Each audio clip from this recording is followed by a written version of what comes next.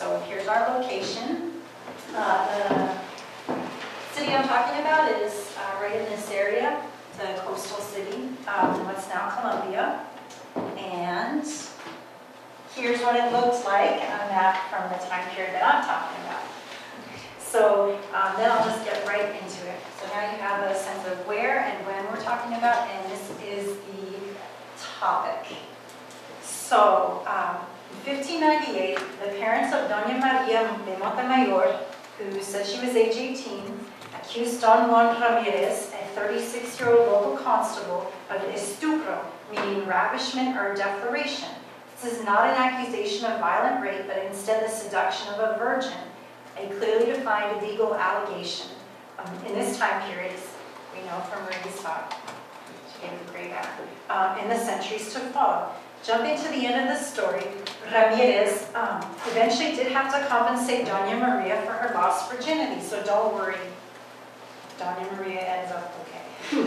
if we're mean to her along the way, you know, she got hers, right? At first glance, we sympathize with Doña Maria, naturally falling for the good and evil characters as they develop in the trial documents. As Rena said, like a movie, an hour or two ago at lunch.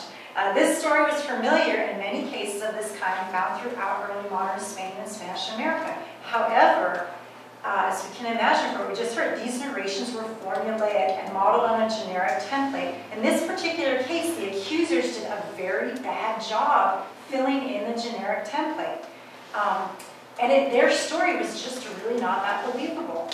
Since Doña Maria's reputation could not stand up to scrutiny, and the evidence against Don Juan was quite weak, one really wonders why her parents risked publicizing her damaged reputation, having her come to court by making these accusations. The most likely reasons were financial gain, to explain a pregnancy before marriage, and to dishonor her alleged seducer, to bring him down publicly, ruin his reputation. So the written record focuses on honor as manifested by sexual behavior and its repercussions, but the motivations behind exposing these sex acts relate to local political rivalries.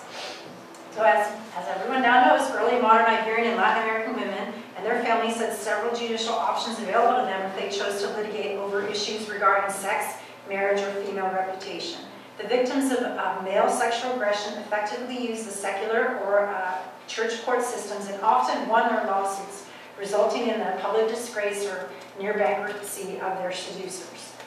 All litigation involving female sexual activity depended on asserting or defaming women's moral character and reputation, as pointed out. Testimonies from highly biased witnesses regarding a woman's action and the public understanding of her behavior fill pages and pages and pages in these gargantuan files. Witnesses focus especially on what specific actions or gossip that could ruin a woman's reputation, or conversely, what represented the moral ideal for women. So it should come as no surprise, as we heard, that ideally women possess virginity before marriage and fidelity to husbands during marriage. These are the prescriptive ideas that Maria talked about. Some women actively maneuver witness statements to define their own personal honor based not on chastity, but on their character traits, marital status, occupation, social lives, businesses, and reputation among their peers. So they extended honor way beyond to their actual personalities and activities. Of course, all women had to declare, prove, and defend their honorable and virtuous status in order to receive the full protection of the law. So, in cases that involved men, elite men could assert, what they did was assert their honor in court cases through noble Christian lineage and service to the crown. But the opposite end of the spectrum, even plebeian, non-white women found ways to claim honorable status and good reputation. A little bit what Marie mentioned in terms of estado, or marital status, and reputation in general. So poor women, even those who worked in the streets as servants or market sellers, said they behaved demurely in public and retained their sexual purity, even though they had to interact with men all the time, as say in a market. Poor women might also claim a status of responsible, faithful wives and mothers. So they perpetuated the honors code's focus on female sexuality by gossiping and publicly slandering themselves through the use of insults relating to sexual activity. So, of course, public insults and beatings done women against women are really more effective than men against women, because it's much more difficult to endure the slanders and insults of your own peers who work in the market who could be reviving self from you than a man who's more distant. So women really could be the ones that continued this particular system with the kind of words and actions that we see in court cases.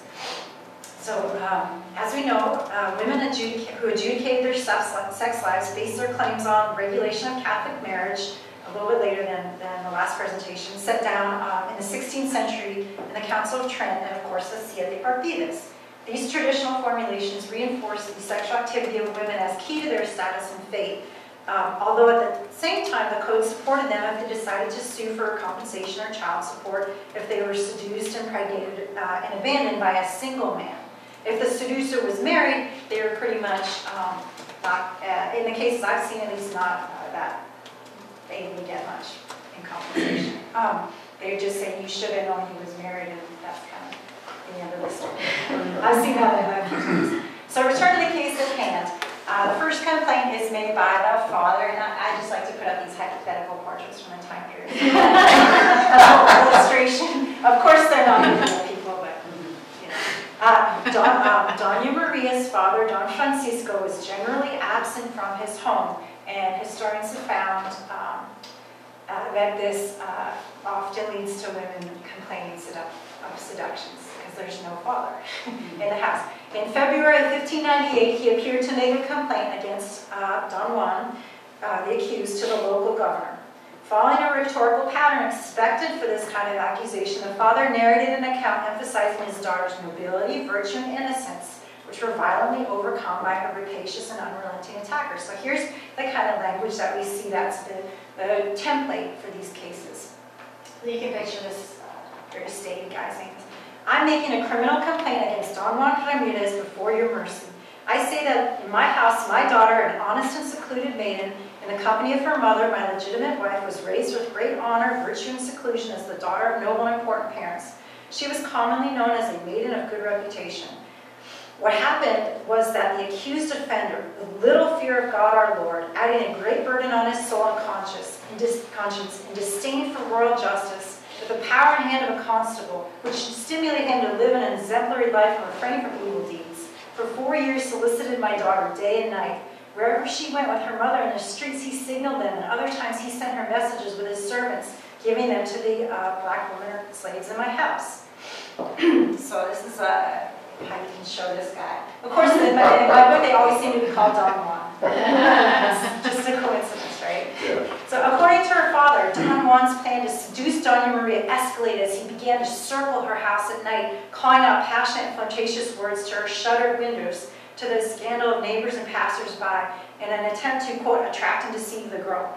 Father Francisco said Doña Maria ignored the advances until August of 1597, when Don Juan came to the window of the room where she slept with this slave.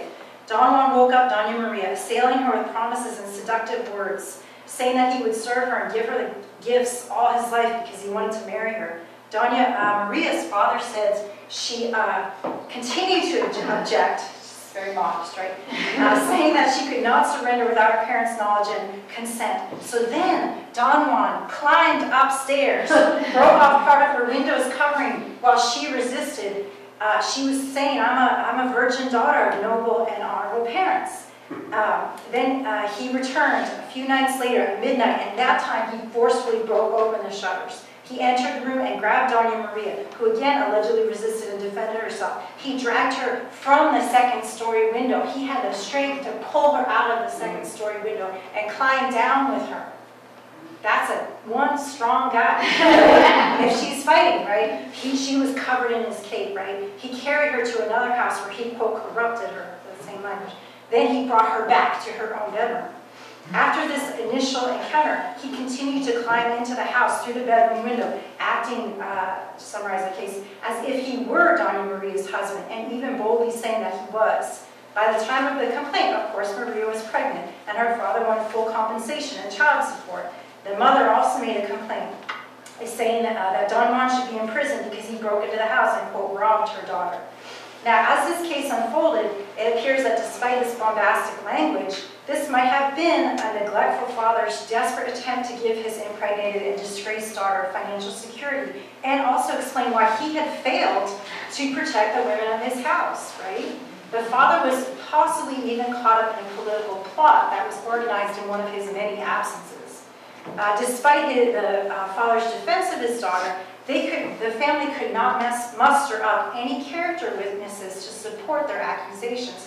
Now you may say, you're thinking today, oh yes, people say bad things about other people and insult their character. But I've read many of these cases, and everybody, even known public women, loosely translated prostitutes, right, could have people defend their character.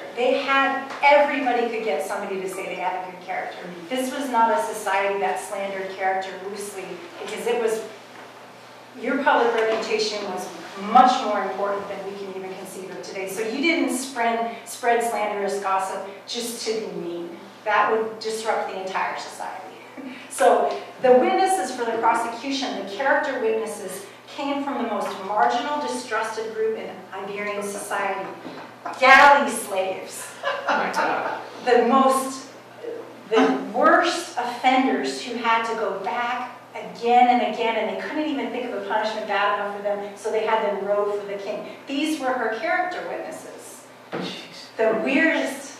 So the 3 galley slaves claimed, so this is a port city, right? So that's why you had these rowers around, right? Claimed that they saw Don Juan entering and leaving the house at all times of the night and day. The lack of any support from neighbors proves that Doña Maria, for whatever reason, justified or not, did not have a good reputation.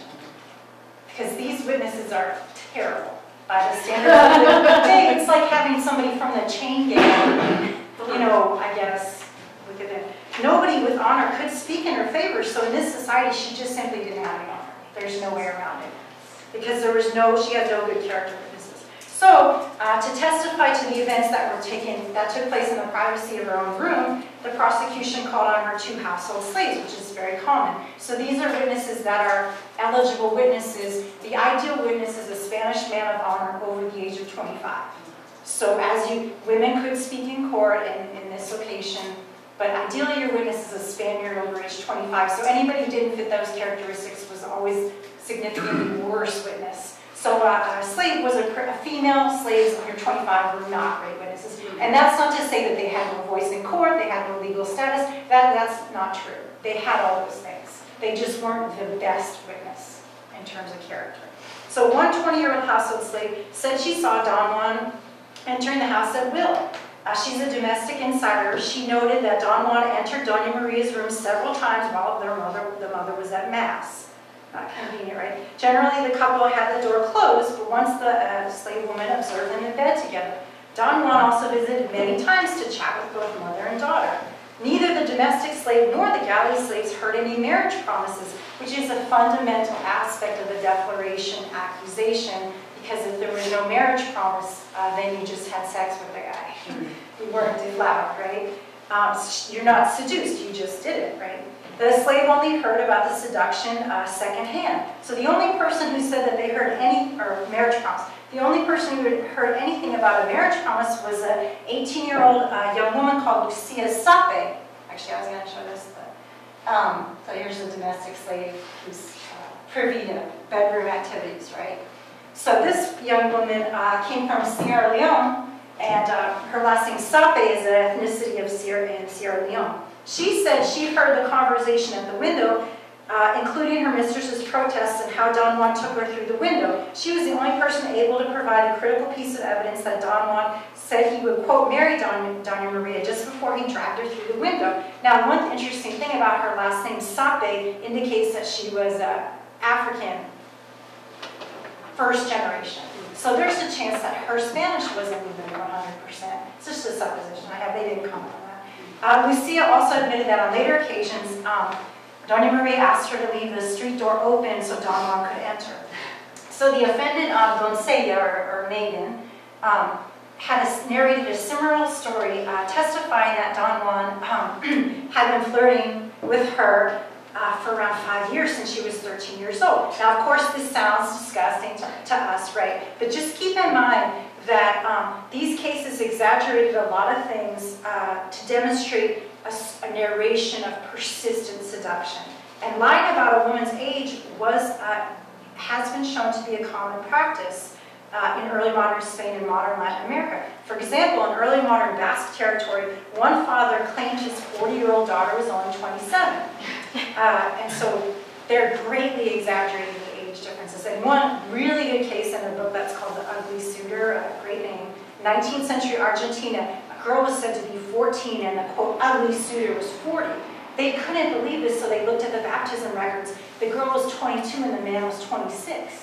He was just so ugly they thought he was 40, right? So it was kind of a hilarious story. They call him the ugly suitor, right? So that shows how much age can be exaggerated. So the age isn't necessarily something, it's a way to tell a story like Marie was saying about innocence and what have you. The only way to prove it is to check baptism records, and in this case they didn't, so we don't know for sure her real age.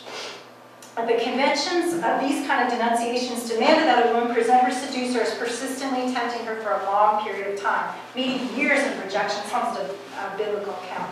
So Doña Maria's father claimed Don Juan seduced her with these words, conventionally emphasizing the attacker's determination. He would serve her until death, that she should not be so scornful of him, how he swore he had to sell his house and leave the city just because she wouldn't even look at him. He said she made him serve her 7 years before and 7 years after in order to overcome him, right? Classic, right? Doña Maria said that Don Juan publicly solicited her, but unfortunately she could not provide any witnesses except the one slave. According to custom, publicly stated marriage promises combined with a sexual relationship meant the two were married. Predictably, the family's narrative of the seduction consistently used the vocabulary of female sexual passivity. But in contrast to her rhetoric and her father's claims of sexual purity, during the course of the affair, we know that Doña Maria left her door open and climbed out of the second-floor window numerous times. No testimony mentions that this was a struggle. So these rhetorical structures can be called, quote, gendered verbal performances where men and women play out traditional expectations of masculinity and femininity. They're employed by women in these kinds of cases, and for us as readers, they hide women's agency or negotiation with the court. They stress their innocence and their passivity in order to fit the formulas that are required.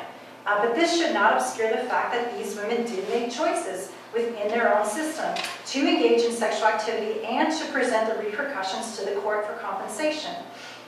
So on the August night in question, Doña Maria said that Don Juan repeatedly seduced her with promises of marriage as he gradually broke down the shutters in her window. He took her hands and kissed them before taking her to his house for 2 hours, taking her virginity on later occasions, having, quote, carnal access with her many times, especially when her mother was at Mass.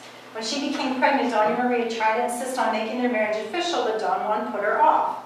To help bolster her case, she presented some witnesses who came to her home. They were a scribe and a midwife. They examined her and they said that she looked 5 to 7 months pregnant and that her child was already moving. She could feel it. So everybody admitted she was pregnant, but this really doesn't have anything to do with who caused it. It's sort of silly witnesses to even bring up. So upon hearing this evidence, the governor ordered Don Juan imprisoned, and let's get up Don Juan and what he looks like in our imaginary movie we're showing. I just love this picture. I don't know if anyone's ever seen this before. It's Murillo. So Don Juan had to go to prison, and all his possessions were confiscated and auctioned off.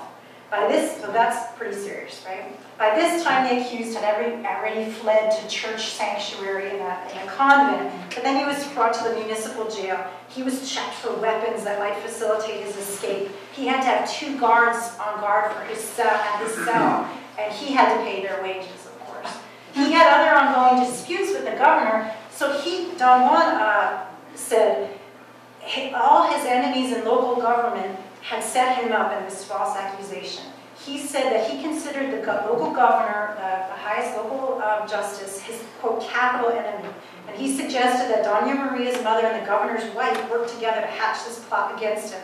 He believed the governor could not fairly judge the case, so he appealed the case to the High Court in Bogota, and that's why it still exists. The final decision on this case is unknown, although it seems likely that they agreed with the governor's decision to compensate Doña Maria, as I'll talk about in a minute. After his release on a kind of early modern bail of 20,000 ducats, Don Juan had the ability to go out and argue his case in earnest. So he used the most obvious strategies for this kind of accusation, character slandering, right? This is the easy road to take. But he also added some interesting investigative technique. So he concentrated on tearing down Doña Maria's character, her witnesses, and her evidence, as well as gathering proof that the whole scheme was part of a plot to ruin her. He explored the basic judicial theories regarding defloration accusations, which is basically we have to have a virgin first. Otherwise, we can't be deflowered. Right? So he said the entire case lacked validity because legal conventions held that, quote, only honest and secluded virgins with good lives and reputations could make this kind of accusation. So if there was any doubt on her chastity, she could not, according to basic logic, be deflowered, right, or seduced. Even taking into account the motives that might have led him to falsely besmirch her character, Don Juan presented an interesting case. It's certainly possible that he completely lied and bribed witnesses to do the same. But this seems a little odd that in this society where everybody knew what everybody was doing, if she were a person of respect, that people would say these things about her. That's just not really possible. I've never seen it. That so many people could make up gossip about her whole cloth with no evidence, it seems unlikely, although perhaps they could dramatically exaggerate things or misrepresent them. That for sure could happen. An elite doña of reputable status, like she supposedly had, even one who lived kind of scandalously, usually could find a lot of witnesses to support her good name in this society, in the research I've done. It's kind of hard to believe Doña Maria's story because nobody said anything positive about her. Other than household slaves and condemned repeated criminals, the parents did not have any witnesses to testify to this story. By simply testifying that Doña Maria, I now have a picture that I've been using a lot lately of the Norse that last one's a little scandalous, but this one, Doña Maria was a woman who publicly socialized with men in compromising settings. The witnesses damaged her reputation. If Don Juan was right and the seduction accusation was a setup organized by his local adversaries, it seems hard that they could have convinced a true doncella to frame him and make up this accusation. His political rivals and personal enemies would have to find somebody who already didn't have too much to lose to be the kind of accuser. So to counter accusations that he seduced and deflowered her, Don Juan and his friends painted a lurid picture of Doña Maria and her mother's behavior. Don Juan claimed that since a young age, she lived a promiscuous and dishonest life, engaged in, quote, illicit friendship and communication with different people in this city without her parents' consent, receiving anyone who desired her at her door or window at all hours of the day and night. Doña Maria's mother also acted suspiciously by going to single men's homes to eat at odd hours of the night with her daughter, since, of course, the father wasn't around. Since both women dressed with suspect luxury, considering their poverty, Don Juan suggested that men gave them gifts, clothing, and jewels. And apparently she had this odd nickname of the doncella desenfadada, which is a very odd contradiction in terms, which basically means the fake virgin. So it's I ran that by somebody actually when I was working on this from Barcelona, and he thought it was like hilarious. I guess there's a way to translate it, so I try to think of some good translations. It's sort of a joke name, right? Carefree, licentious, loose virgin. So that was her nickname in the town. Her father was hardly ever at home, so he couldn't protect his family. And Don Juan said he was just a good neighbor to these people and he had no other involvement with them. He presented several interesting kinds of physical evidence to presume the accusations, almost as if he were kind of a Sherlock Holmesian investigator, which is really surprising because usually it's all just character witnesses, right? He used science, reason, and fact to support his argument. For example, he had them examine her doorway and said there was no bolt, latch, crossbar, or lock securing the entryway to her house, and there was no evidence that these things had been removed. Therefore, anyone could enter her house, and by extension, anyone could enter the doncella, right? So it's quite a... So this is what it should have looked like outside. outside her house. Right? According to Don Juan, it defied reason to accept the testimony of condemned criminals, such as the 3 galley slaves, who made actually contradictory and inconclusive reports of seeing him near her house. So it was very easy to defame their characters, right? They were galley slaves, right? Don Juan asserted that he had no doubt that such men would lie under the oath that they took on a Christian crucifix. One of them happened to be a recent convert from Islam, so why on earth would he tell the truth from that oath, right? Don Juan called on the rowers' supervisor to come to court and read out their crimes from his log to show how untrustworthy they were, right? And their biographies did not give credit to their statements by the standard of this time. One of the galley slaves was a 48-year-old man from Asturias who had been a galley slave for almost 25 years, so he kept committing different crimes. The other were 2 men of African descent who had been condemned to row for the king in Lima and Potosi. So these prisoners testified. Apparently they got out of the boat. You know, in theory we think galley slaves are like chained to the oars, but apparently they were walking around in the town. And they said that they had seen Don Juan by the bright light of a full moon at 10 a.m. Right? That's how they had been able to see this. But on that particular night, Don Juan found out there was no moon visible. And he looked it up in this astronomy book, which had been published 10 years before, 14 years before in Madrid. It's called El Repertorio del Mundo Particular de las Esferas de Cielo y Orbes. And, you know, it gave it the phases of the moon, and there had been no full moon that night. It had been a new moon or what have you. It was impossible to see these activities. He also asked a few local navigators, you know, ship's captains, to confirm what the phases of the moon were, and they all said that was not a full moon that night. That's a complete falsification.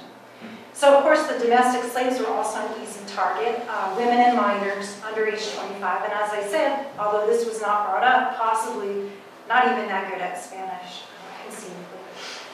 Don Juan's questions for the witnesses, of course, as normal, contained many prompts and very leading questions to push each witness to provide the replies he wanted. Each person made their own commentary.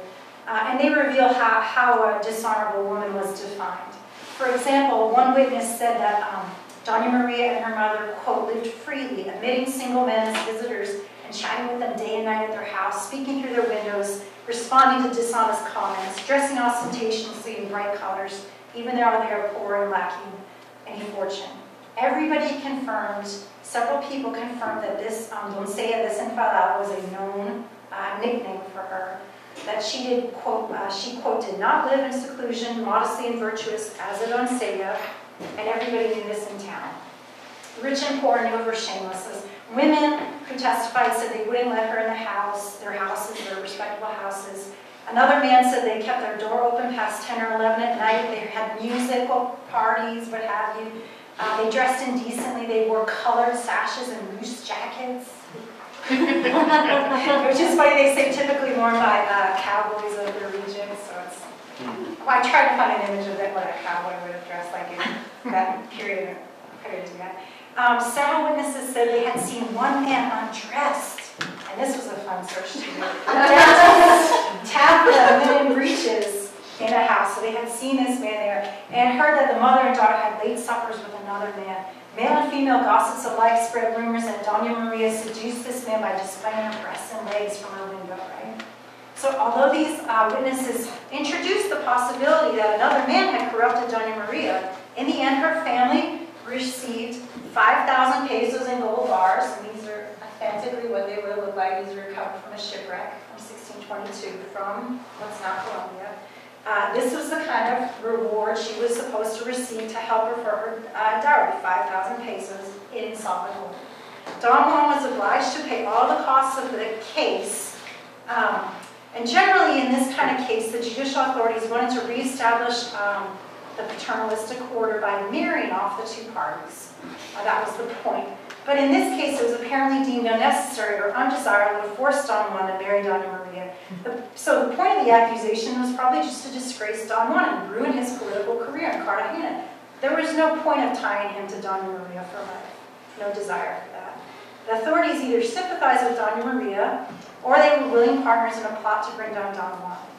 So So there's no way of knowing what really happened here. But in the end, Doña Maria's rhetoric of subjugated and abused innocence trumped Don Juan's character bashing and aggressive scientific investigation. And this fits in with the thesis that the courts could protect weaker members of this society. Perhaps Don Juan was correct in arguing that he would never receive a fair trial in Cartagena, where his political enemies held the reins of power.